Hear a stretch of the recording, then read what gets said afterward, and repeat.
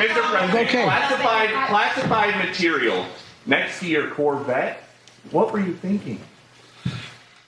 Let me, I'm going to get a chance to speak on all this, God willing, soon. But as I said earlier this week, people, and by the way, my Corvette's in a locked garage. Okay, so it's not like you're sitting out in the street. So but anyway, was in a locked garage. Yes, as well as my Corvette. But as I said earlier this week, people know I take classified documents and classified material seriously. I also said we're cooperating fully and completely with the Justice Department's review. As part of that process, my lawyers reviewed other places where documents from my time as vice president were stored, and they finished the review last night. They discovered a small number of documents of classified markings in storage areas and file cabinets in my home and my personal library. This was done in the case of the Biden Penn. This was done in the case of the Biden Penn Center. The Department of Justice was immediately, as was done, the Department of Justice was immediately notified, and the lawyers arranged for the Department of Justice to take possession of the document. So we're going to see all this unfold. I'm confident. Thank you very much.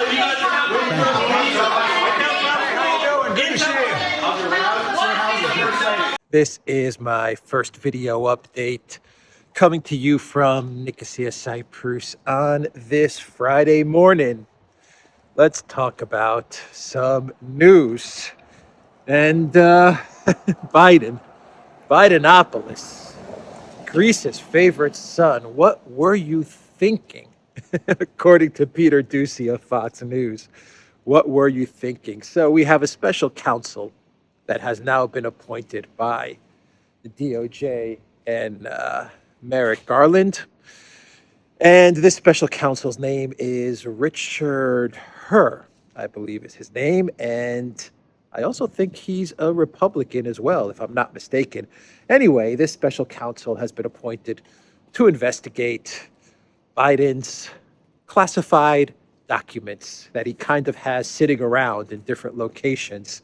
He had one sitting in a closet of his Biden Penn think tank office. And the other day, more classified docs were found in his garage next to his Corvette. Ladies, Biden drives a Corvette. Pretty cool. Aviator shades and a Corvette for Joe Biden. Anyway, he had it sitting. These classified docs were sitting in his garage for 6 years next to his Corvette. And Biden came out to speak to the press. And he said that people should not worry about these classified docs being in his garage next to his Corvette because his garage was locked. So no problem. So for 6 years, he kept these documents in a locked garage and they were safe, tucked away, sounded safe next to his Corvette for 6 years. Oh, man. You know Biden's in trouble when his handlers throw him out there. Just Biden and the script to speak to the media. If they wanted to really protect Biden, if the Biden White House really wanted to protect him, they would have not let him go out there and speak to the media because they know that when Biden goes out and gives these press conferences and makes these statements and speeches, they know that Biden is going to mess things up, and they know it, and that's why they put him out there. They put him out there to make a fool of him. That's why they're doing this to him. Someone has it in for Biden. Someone has it in for Biden. No doubt about it. He is in big trouble. And it took some classified docs. We don't know exactly what's in these classified docs. The only thing that we know so far is that these docs are connected to UK, Iran, Ukraine. Who knows what else? That's what we've been led to believe, at least, with what's in these docs. But they're throwing him out there. They're throwing him to the angry mob. And they want him out, man. They want him out. Someone wants Biden gone. Now, Tucker Carlson, yesterday, he said that the White House, the powers that be, they want him gone. The Democrat Party, they want him out because Biden said that he's going to run again in 2024. And the DNC, they got very upset with that. And they said, nah, you're not running again. You need to make way for Kamala Harris or Gavin Newsom or whoever. Hakeem Jeffries, you need to go, Biden. You've done your job. You got us through the midterms. Now it's time for you to skedaddle. You ramped up the war in Ukraine. We made a whole bunch of money. We continue to make a whole lot of money from the washing machine that's known as Zelensky. So you've done your part. 2024, you need to leave. And so Tucker floated out the idea that this is basically the powers that be telling Biden, you're not running again in 2024.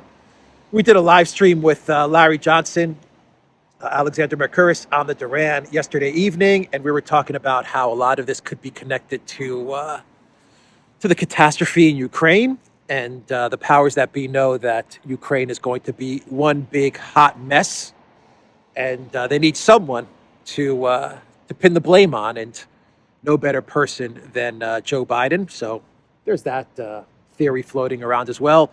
Who knows what it is, but no doubt about it, they want Biden gone. They want Biden gone. Classified docs in a closet, classified docs in a garage in his own home next to his Corvette. Come on, man. For 6 years, these documents have been sitting there. This is crazy stuff. And supposedly these documents, the DOJ knew about these docs on November 4th.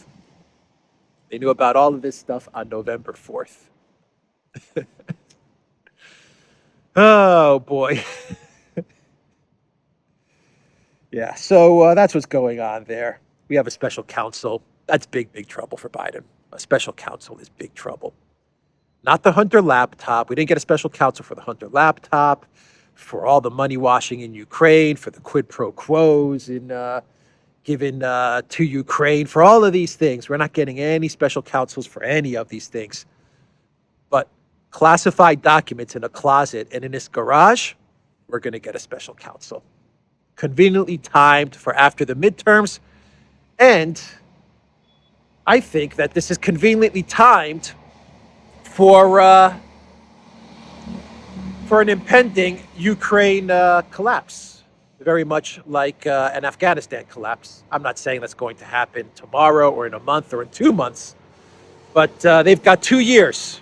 We're going to get a nice 2 years of special counsel stuff. And I think it's safe to say that in those 2 years, we're going to have a Ukraine outcome. We're going to have an outcome in Ukraine that will most likely not be favorable to the Biden White House. So what better way than to pin this all on Biden? I mean, everyone kind of wins, don't they? The DNC, the Democratic Party, they win because they get Biden out. He's not going to run again in 2024. All the people that should be held accountable for the catastrophe in Ukraine, well, they get off the hook. They can just pin it on Biden. And of course, we know all of Biden's history with Ukraine and everything that he's been involved in with Ukraine, going back to when he was vice president under Obama. So everyone kind of wins from getting Biden out of the way or throwing him under the bus. So since we're on the topic of Ukraine, an incredible development, really. They really pulled this one out of nowhere, didn't they? Classified documents out of nowhere, out of left field. They just find these documents. Bam. And then a second set of documents. Bam. Right in his garage. Out of nowhere. This stuff just comes to light. Incredible. So in Ukraine, we have got to talk about the situation in Bakhmut, Soledar, Bakhmut, this area. We are getting conflicting reports that Bakhmut is, and I don't want to say this is 100%. Actually, I'm pretty confident this is not the case. But we are getting reports that Bakhmut, from various sources, including DPR heads of the DPR, saying that Bakhmut is under operational encirclement. I don't believe this to be the case because I'm getting reports that this is not the case, but I'm getting reports there's still heavy fighting in many villages and areas in and around Bakhmut, and it is not under operational encirclement just yet. But just the fact that we've got these reports coming out is an indication that things are closing in on Bakhmut. Things are closing in. We've also gotten reports of the capture of Krasnaya Gora, Klechevka, Paraskoviyevka, and some other areas in and around Bakhmut. I'm hearing that that's also not the case, though heavy fighting is taking place in many of these settlements. There is still a lot of work ahead for the Russian military to get to a point where we could say that Bakhmut is under an operational encirclement. So I just thought I would throw that out there, that there's talk now about the Russian military really closing in on many settlements in and around Bakhmut and in Bakhmut itself. So we have that going on. We have a statement from the White House National Security Council Strategic Communications Coordinator. I always have to read his title, John Kirby. It is a long title. Anyway, this is what he said with regards to Bakhmut and Soledar. He said, "We don't know how it will develop further," in reference to Soledar and Bakhmut. "So I will not predict failure or success in this case. But even if Russia takes Bakhmut and Soledar, this will not have a strategic impact on the war itself. And this certainly will not stop or slow down the Ukrainians in their attempts to regain their territory." That is what the White House said in a statement the other day from John Kirby. So they are still not admitting that Russia has taken Soledar. And now the narrative is that, from the White House, is that Soledar and Bakhmut, and I quote, will not have a strategic impact on the war itself. Not important now. Even though Zelensky's entire speech to Congress three weeks ago was based on Bakhmut, to the point where he even gave a flag signed by Ukraine military in Bakhmut to Pelosi and Kamala Harris. The entire thing was about Bakhmut and how Ukraine is still standing in Bakhmut and Soledar in these areas, and they're resisting Russian aggression, and they're going to win, and victory is assured. And here's a flag signed by Ukraine military in Bakhmut, in this conglomeration, Bakhmut, Soledar, in this area. Here's a flag signed by these guys. This was the most important talking point of Zelensky's speech to Congress, outside of give me more weapons and give me more money. And now all of a sudden the narrative is that Bakhmut and Soledar are just not important. Okay. Okay. That's what they're going to go with. And that is what the White House is going to go with. That is what the collective West mainstream media is going to go with. As the Russians take, as they have taken Soledar, as they take Bakhmut, as they take all of Donbass, and Ukraine military's entire defensive line in that area collapses, the narrative is going to be that it was not that important anyway. So that is what is going on on the ground in Ukraine. In summary, if you want to get detailed analysis as to what is going on the ground, like really detailed analysis, I always recommend Alexander Mercouris, of course. I recommend Brian Berletic of the New Atlas, and I recommend Defense Politics Asia, and you'll get great, like detailed analysis as to what is going on the ground in Ukraine. I'm just giving you a summary of things. Now, Boris Johnson. This is, I don't know. Should this be my clown world? I don't know. By the way, there were. I'm looking through a Telegram feed right now from Slaviangrad, another good Telegram channel to to follow, but they're saying that there were 3 attempts to counterattack from the Ukraine military in Soledar, and they all failed. And the reports are, the reports are that Zaluzhny, the commander of the Ukraine military, told Zelensky, do not do this. No counterattacks. Let's retreat. Let's get out of this area. This is a catastrophe. And Zelensky, as I said a couple of days ago, I said this, Zelensky is still doubling and tripling and quadrupling down and saying, no, I want counterattacks in Soledar. I want to stay put in Bakhmut. And Zaluzhny is telling him, stop. Let's get out of this. We need to retreat. We need to get out. We need to preserve the lives of our soldiers. And Zelensky allegedly is saying, no, counterattack. 3 counterattacks in Soledar, they all failed. And they're still staying put in Bakhmut, when they should have retreated months ago to preserve their fighting forces. That would have been the right thing to do.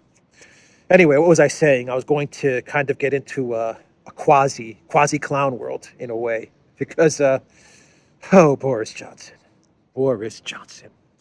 According to The Guardian, Boris Johnson is planning another trip to Kiev. You heard that right. His 4th trip to Kiev since February 24th. Boris Johnson is looking to go to Kiev and to meet with Zelensky as the ex-Prime Minister of Great Britain. According to The Guardian, Rishi Sunak's allies fear that Johnson's trip could undermine the authority of the current head of the cabinet. Why is Boris Johnson going to Kiev? If this is indeed the case, what in God's name is Boris Johnson looking to do in Kiev at this point in time? Well, Boris Johnson is, in my opinion, he is Zelensky's handler. He was appointed Zelensky's handler from the time period of, say, March beginning of April, when he ruined the chance for peace, and we were very close to peace. It was Boris Johnson that went to Kiev end of March, early April, and completely submarined a peace deal that was very close to getting signed. He submarined that, and it was Boris Johnson that changed the conflict in Ukraine from a conflict between Russia and Ukraine, where Russia just wanted Zelensky to say, look, we're going to be neutral. And we were very close to getting that end of March, early April. Boris Johnson went to Kiev and he changed the war. He completely turned it around. And he turned it from a war between Russia and Ukraine to a war between Russia and NATO, using Ukraine as a proxy. That was Boris Johnson. So the fact that he's going to Kiev is very, very bad news for the world. For Ukraine, for Ukrainian soldiers, for Ukrainian military, for Ukrainian people. The fact that Boris Johnson is going there is bad news. It essentially means that Boris Johnson, in my opinion, is going to go to Kiev to once again make sure that there are no prospects of any peace or surrender or negotiations or anything. More escalation. That's Boris's job, is to go to Kiev and to make sure that Zelensky stays on course, stays on the neocon course. If this report from The Guardian is true, I'm also sure that Boris Johnson likes to go to Kiev and hang out with Zelensky, because they probably have many of the same habits, so to speak. You know what I mean. Anyway, so Boris Johnson, a 4th trip to Kiev, perhaps? Bad news. No reverse gear. Oh boy. Boris Johnson has done so much damage to not only to Ukraine, but to the entire world. So let's see here. Let's do one more story and we'll get to my clown world. And how about the EC, the European Commission, backing Estonia's efforts to seize Russian property, Russian assets? And we now kind of have the template as to how the European Union is going to go about seizing Russian assets because they always had this difficulty called the law, called international law, and called the law, where they were unable to just take the assets because they couldn't figure a way around the law, international law, and all of these things. And they were thinking to themselves, how do we seize these Russian assets without breaking the law? And it looks like they may have found the template, and Estonia is going to be the first country to give it a go. And basically what they're going to do is they are going to seize Russian assets under the excuse that the assets that they're seizing belong to people and to entities that have broken EU sanction laws. That is how they're going to go about this. So any entity, any person, business, whatever, that has tried to circumvent EU sanctions law is now going to have their assets taken and allegedly given to Ukraine. Allegedly. Washed. Let's say it's going to be washed through Ukraine and then taken out the back door and redistributed to the various powers that be. But that's how they're going to go about this. And they're not hiding it either. Actually, let me sit down and read this to you. They're not hiding this workaround that they've thought up, and they're going to let Estonia take a go at. Let's see here. From Christian Wiggins, who is the European Commission spokesman, as cited by RIA Novosti, Wiggin has said that we have repeatedly stressed that criminalizing the circumvention of sanctions will help to confiscate assets that are being hidden. He told journalists when asked about the EU's reaction to Estonia's plan, quote, "This is part of our efforts to direct such funds for the reconstruction of Ukraine. Of course, it will be good if the EU member states take steps in this direction." According to the Estonian Financial Intelligence Unit, frozen assets in Russian-owned accounts in the country amount to nearly 20 million euros, or $21.5 million. The EC, the European Commission, is expected to shape an all-EU agreement on how to deal with the billions of frozen Russian central bank reserves, along with the assets owned by sanctioned Russian citizens and businesses. That's how they're going to do it. Wiggins has also called for criminalizing violations of the sanctions imposed on Moscow, adding that this would speed up the process of seizing frozen Russian assets. That's basically what they're doing. In summary, the plan is you have broken our sanctions, or we believe that you've broken our sanctions, whatever, doesn't matter. We're going to seize your assets now.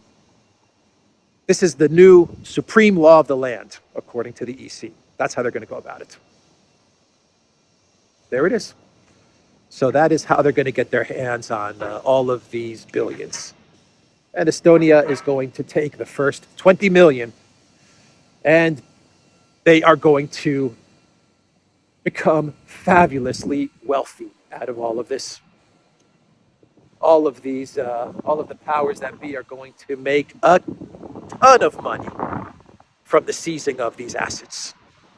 And what better washing machine than Ukraine? The perfect washing machine for Biden, for the EU, for all of these guys. Let's do a clown world, and since we're on the topic of the EU, we have a tweet from Vander Crazy. This is going to be a quick clown world. She put out, here's a new coffee shop here, Bean Bar. It's nice.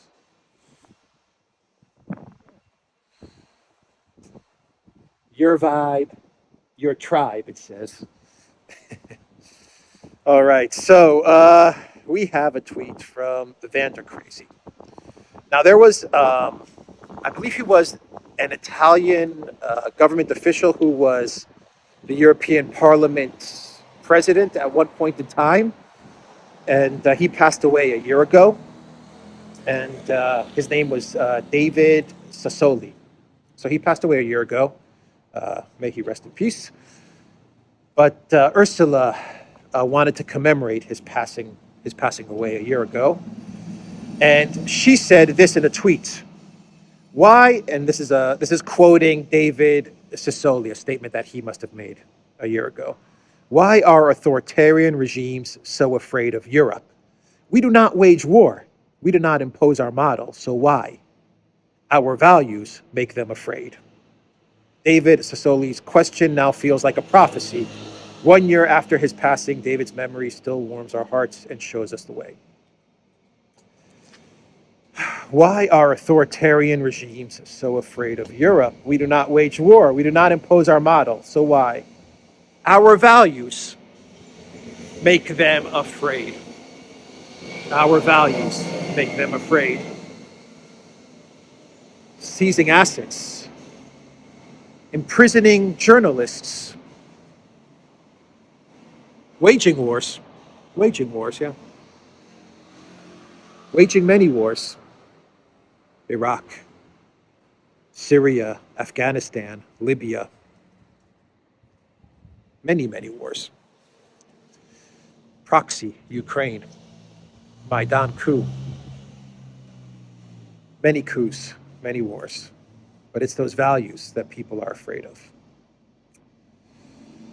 So that's the clown world. We also had the passing away of Lisa Marie Presley at 54 from cardiac arrest. The only daughter of Elvis Presley. Elvis Presley passed away when he was 42. Lisa Marie Presley, rest in peace, passed away yesterday in, I believe in Los Angeles at the age of 54. She was actually at the Golden Globes just a couple of days ago. This is the Golden Globes where Zelensky gave a speech, and the Golden Globes, which was not aired last year and was aired this year. She made an appearance there, and she did not look well at those awards ceremonies. That's what many of the entertainment outlets are saying. Anyway, that is the news. Lisa Marie Presley, rest in peace, and I will end it there. The Duran.locals.com. Look for us on Rockfin. Look for us on Telegram, Rumble, Odyssey, BitChute, and the Duran shop, 10% off. Use the code GOOD DAY. Take care.